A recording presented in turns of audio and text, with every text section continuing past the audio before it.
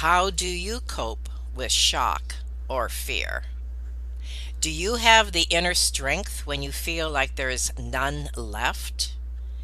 Faith Wilcox was able to find moments that were good, even when her daughter was near the end of her life.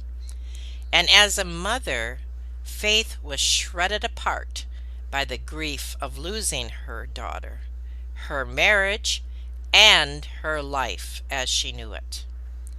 Today, she was going to share how she went from a mother in despair to a mother who had hope for the future. Anyone who has struggled in any area of their lives is going to appreciate what Faith has to share with us today. She has so much to encourage us with and help us through those moments. So stay tuned. Have you ever felt like giving up, quitting, throwing in the towel? Welcome to Never Ever Give Up Hope featuring Carol Graham. She's an author, health coach, and motivational speaker. Backed into a corner multiple times in her life, Carol shares with you stories on how she overcame some of the toughest obstacles a person can go through in life, but refused to give up hope. Rather than admit defeat, an opportunity was presented, and it involves each and every one of you. Carol will feature spectacular guests who will share their messages of hope, encouragement, and their inspiration to prove why life's adversities only make you stronger. And now, welcoming the host of the show, here's Carol Graham. And welcome to Never Ever Give Up Hope. I'm so happy to have you with us today. Thank you. I'm thrilled to be here too. So, as I mentioned in the brief introduction, one of the first things that I want to talk about, because this is something that so many people, and it seems more so now than ever in the last few years, have to cope with, and that is their worst nightmare, which is the loss of a child. Could you share your story about what happened? First of all, let's start at when she was diagnosed with a rare cancer. And if you want to start prior to that and share anything about her or her life or whatever, please feel free.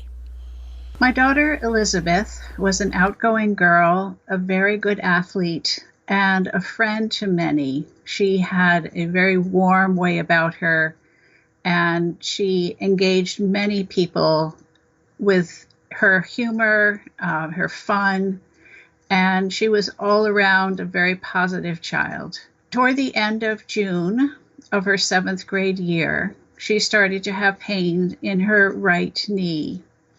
And we went to one doctor who just thought maybe she was having growth pains.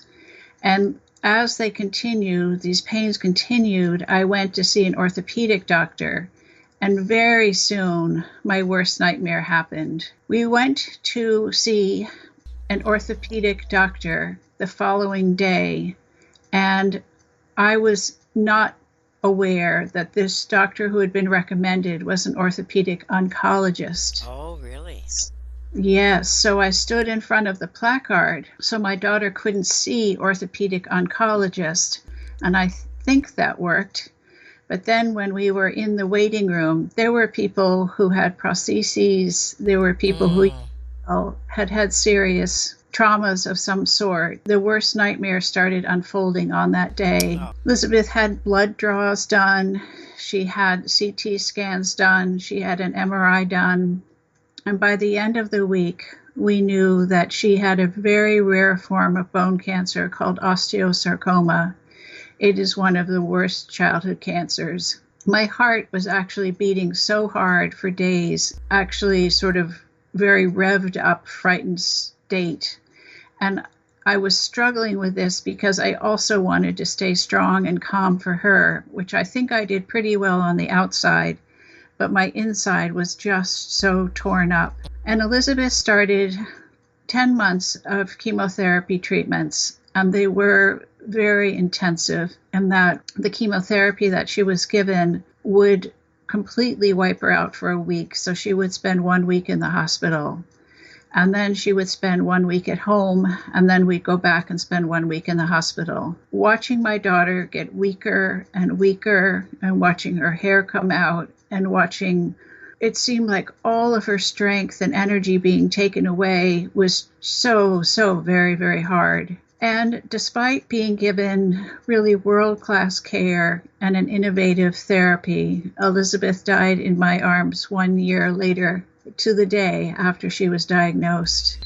And at this time, the continuation of the nightmare became more intense. And I was really not able to cope very well with even day-to-day things. I'd go to the grocery store and I'd see her favorite little bite brownies, and I would just collapse in tears and run out of the stores. There were many things that were jarring to me, and yet I knew I had to pull myself together the best I could to look after my surviving daughter, Olivia, who was then 15. And Olivia and Elizabeth had been best friends. They were only 18 months apart in age. And Olivia was absolutely torn up with her grief. And there were days that we grieved together, and there were days that we grieved apart. Of course, a mother and daughter can be very close, but we've never ever experienced some trauma like this, and how people react to trauma can differ. My daughter often reacted with anger, and being a teenager, I later learned that that is quite common, that it is easier energy to project anger than to project the grief that she was feeling. And she might have thought if she really gave into her grief, she wouldn't be able to manage in high school or manage her life very well. But as I say, there were also times when we grieved together the loss of Elizabeth. Your daughter was diagnosed 20 years ago. You have had to deal with this all that time, as well as your daughter. There are different phases of grief. I'm sure that you would agree. And it is always there. Is that what you would agree to that? Absolutely. There is the initial time of grief, which is totally overwhelming. And even the smallest of activities can be a very, very big effort. And how did you get through at the time, even making the effort of doing the day-by-day things? Did you gain strength even as time went on, like as an encouragement to someone who may be going through this? Before you did anything specific, how are you dealing with not only your own, but your daughter's grief on a daily basis to gain possibly some insight or some strength? I gained a lot of strength from my family and my friends and my community. I was really, really blessed with people who would bring me meals, people who would just be extraordinarily kind to me, or I would go on walks with them. I just felt that I was never alone, and that helped me go over many, many hurdles. I Okay. also had counseling that helped me too. Would you give us any tips as far as what we can do when we see someone possibly who has just gone through a sudden loss, or any type of devastating loss? Like, what can we do? I know that very often people looking from the outside in, they don't know what to say or what to do. And I have always felt, and also many of the people who I've interviewed on this show have said, that just be there. Just give them a hug or a smile. You don't have the answers for them, so don't attempt to give them the answers. Would you agree with that and maybe expound on that? Yes, I totally agree with that. I think a really good friend or a really good family member can be a good listener. There are times when it's just important to be able to express a lot of feelings that are bottled up inside, and to be able to feel comfortable expressing them. There are some people who will avoid you in the aisles of the grocery store, and Mm-hmm. there are others who will reach out to you. And whether it's just listening to you, or whether it's doing an activity together, or a couple of times I was invited for a weekend at a house on the shore. It made a big difference to me. I could lean on their strength, and that helped me enormously. I like that. Lean on their strength. So, what you're saying is that we, as the stronger people, as a friend in this scenario, let them lean on us. Let them talk. Let them share whatever they have to share. We don't, it's more so being open and allowing them to share than it is for us to try to find the words to encourage them. Agreed? Absolutely agreed. How did you cope with your daughter's situation? You mentioned that, you know, her grief was coming from a completely different direction than yours was, and you were coping with your own. So, how did you help your daughter through this? Because I think that's a common scenario as well for a teenager. I think that's very true. I think many teenagers react this way. Also, siblings, if they feel a lot of survivor guilt, which Oh, okay. is so very, very hard to work with. And of course, it's not one bit their fault, but for some reason, they feel that they're the only ones left, and why was their brother or sister taken from them? So I think counseling is very important. I think counseling for the child who is suffering is important. And I also think counseling together with a mother and child, or a father and child, or family counseling together can really help to open up perhaps what my daughter in this case was feeling, and sometimes just didn't want to share with me. She didn't want to burden me. She had part of her that felt protective of me when she saw me at some of my very worst times.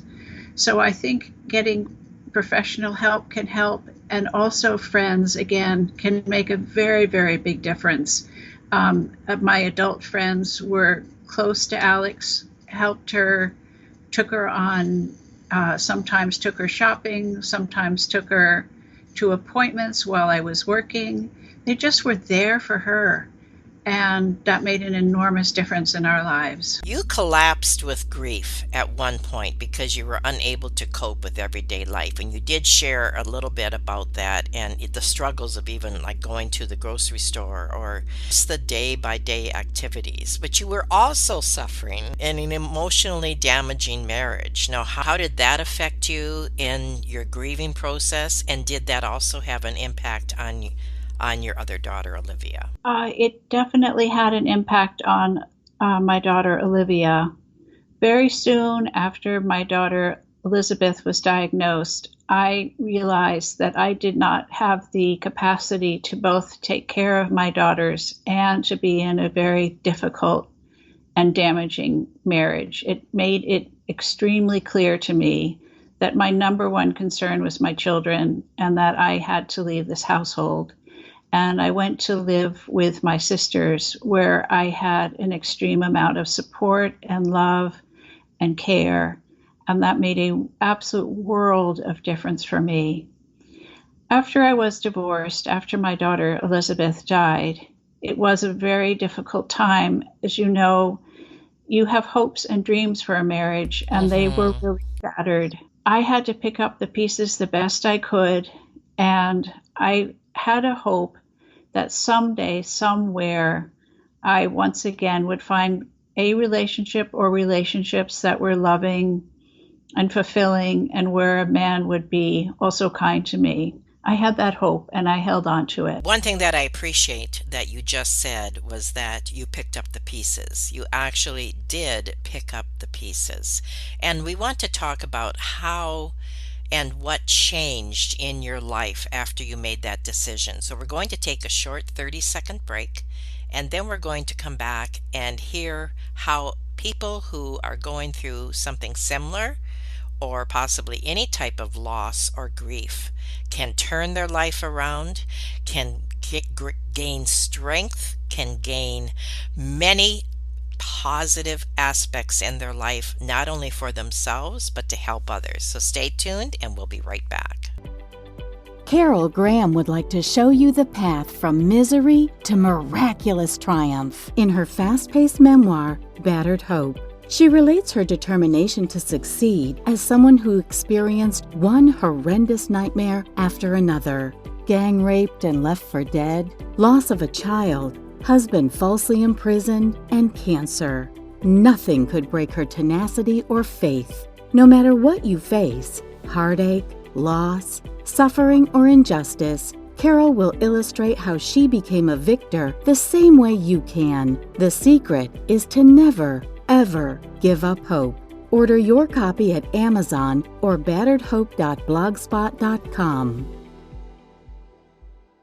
You mentioned before the break that you had to pick up the pieces. You had to find your strength someplace. You had to not only uproot your daughter from her home and, relationship with her father and everything else that you were dealing with grief and losing her sister, your daughter. There were many other parts of your life that had to change. And I think a lot of people who go through this need some guidelines. And so why don't you share what happened and how you dealt with that and what you can help others who may be going through something similar?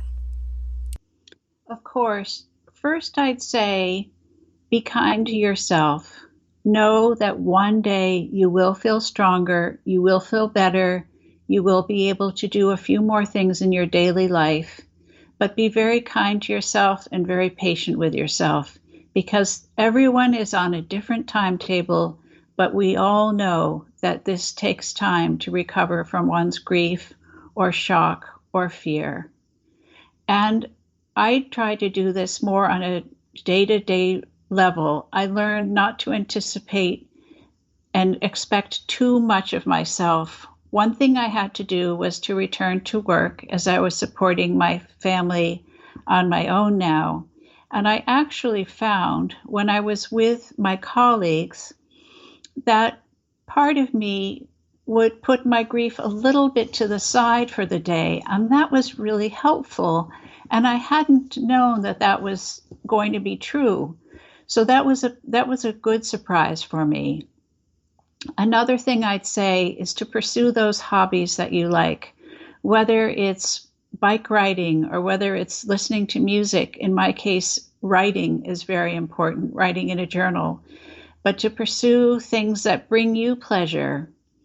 And as again, I'll refer back to friends, spending time with friends, spending time with family.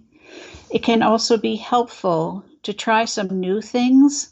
For example, on a holiday, to try going to a new place and bringing your family with you. It's difficult to have your family dinner at the same table when there's one empty place. It can be an improvement to go to a city. For example, I went to Newport in Rhode Island, where I saw beautiful mansions. I had my Christmas meal out with my daughter. I also met up with a friend, and I was able to have different kinds of experiences. That helped me enormously. Changing possibly your habits, your daily habits, to gain a little different perspective and also not be a constant reinforcement of she's not here when you're going to the same places that you used to go to. Is that kind of what you're saying? That's right. That's right. Going back to the same places can be very, very hard. Now, one thing that you did share with me earlier that I'd like you to share with our audience, and that is, what did your daughter teach you through her own suffering? She taught me that love abounds. She taught me that you can even reach out to others when you are suffering. One thing that she did is she got in her wheelchair one day, pulled her hood of her sweatshirt up over her head, and rolled herself down the hallway and went and knocked on a door and went into a room. I heard her say, "Hi, I'm Elizabeth." I didn't hear more after that. And what I found out later from the parent who spoke to me is that Elizabeth talked about procedures in a way that a child could understand. And the mother told me that they took a huge amount of their fear, and having Elizabeth's warm presence there made them feel like this is hard, but this is going to be okay. Here we have this young person coming and talking to me. And Elizabeth ended up being a greeter on the floor. She ended up going, even when she felt very weak, she thought it was important and she was reaching out to others. And that taught me a lot and became something that I do now with a journal writing program that they do where I reach out to others who are suffering. She taught me really never to give up, never to give up hope, and to sometimes you can find strength, more strength than you know that you have when you reach out to others. So, talk to us about journal writing and why you feel it's important, and give us possibly some guidelines on how to go about that. Of course. I started writing by my daughter's bedside when she was first diagnosed. I wrote in the pre-dawn light, I wrote at night, I wrote of my hopes, I wrote of my fears, I wrote of my anxieties. I also wrote down what was happening because there was so much information that was coming at me fast and furiously, and it's very, very hard to absorb all that information. But I found if I wrote it down, and then I could go back and look at it a day or two later and ask a doctor or a nurse what this term meant or what this upcoming procedure was about, that it helped me hugely. So by expressing the bottled up feelings that you have inside and putting them out on paper is a release of some of those emotions. And not only do I know that it helped me greatly, but there's been studies done by James Pennebaker, who is a doctor, and he's brought in groups of people who have had traumas or people who are going through different cancer illnesses. And he has one group of people who write for 15 minutes a day and another group of people who do not write. Again and again, over 18 years of his study, he has found that people who write while they're undergoing a highly stressful situation have better emotional outcomes than the people who hadn't been writing. And there have been other studies done in ICU settings, in pediatric intensive care settings, and neonatal intensive care settings.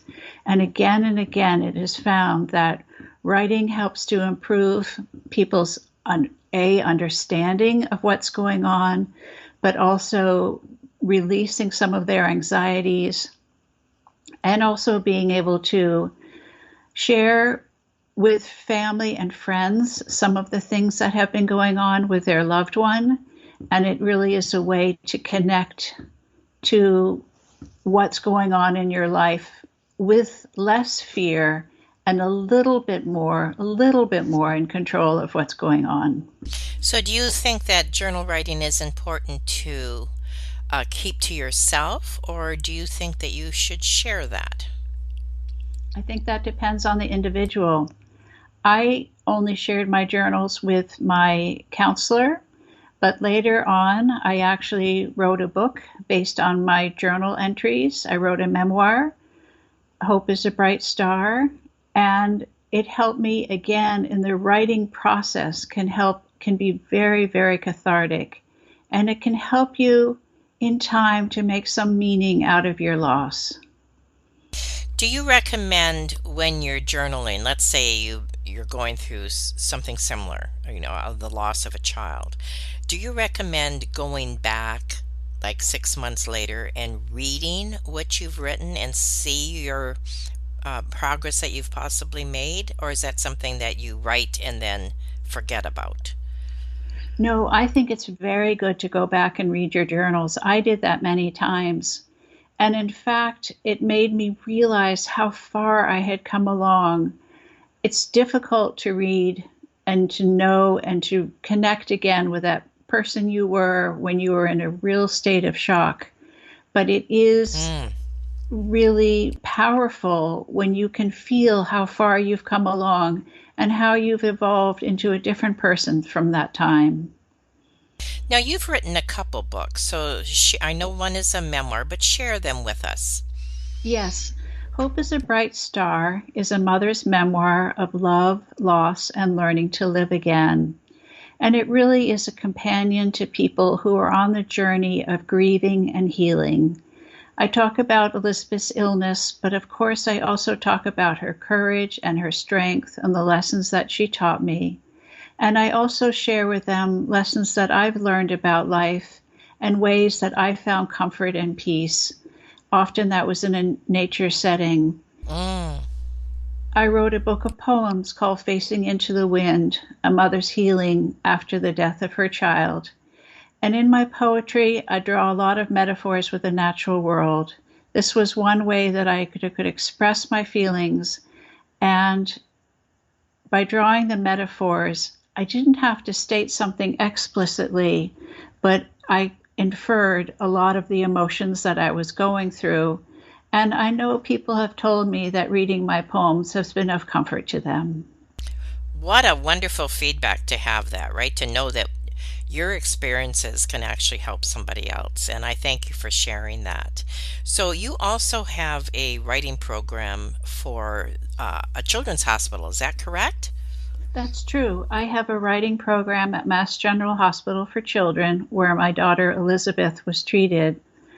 I reached out to the Family Advisory Council, which is a group of parents and medical staff that work to create the best environment that they can for both patients and for family members, because family members, of course, are extremely affected when a child is ill, or any family member is ill for that fact. And I wrote to them about the benefits of journal writing, and I actually shared research with the Family Advisory Council. I joined the council. They were very pleased to start a writing program, so I brought in journals to the inpatient floors on 2 floors of one of Mass General's buildings. And I met with families and their patients and whoever was the caregiver. And I talked about the benefits of journal writing. And I also brought writing prompts to them. And I brought writing prompts to children and different writing prompts for the adults. And I encouraged them just to start. And sometimes you could just take a writing prompt and work with that. And a writing prompt could be as simple as just write. And you write just write 20 times until a new thought comes into your head. Or you could do, I took a phrase from a poem, or I took a phrase from a popular song. And I've had enormously positive feedback.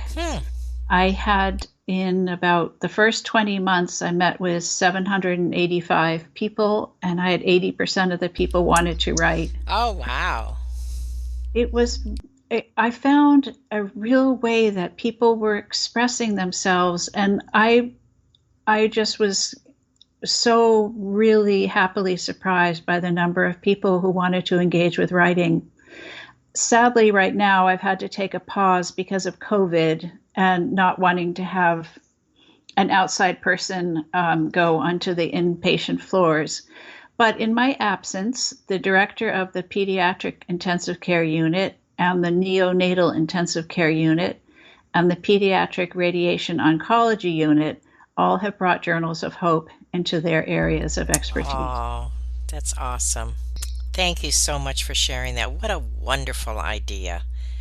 Now, in summary, is there anything that you would like to say? Any advice, encouragement, any words that you would like to share in summary? I would like to encourage people again to be gentle with themselves and to know that in time you can live with sadness and with joy. Your life will be better. It will be different.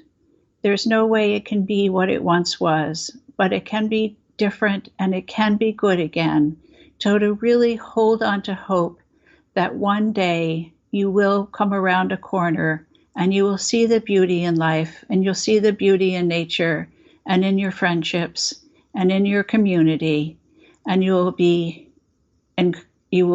enlivened by all of that. And I think we all take those words for whatever we may be personally going through in our lives and apply them. And this has been enlightening. I appreciate the encouragement, and I appreciate you sharing your story, and also to hear that there is life after trauma. Again, thank you for being on Never Ever Give Up Hope. Thank you for listening to Never Ever Give Up Hope, featuring Carol Graham. Did you know that most people succeed because they are determined to? Quitting was never an option. Carol loves your comments and will respond to each one. So please subscribe and review this podcast. A rating of 5 stars would be outstanding and appreciated. Remember, if you are still here, there is always hope.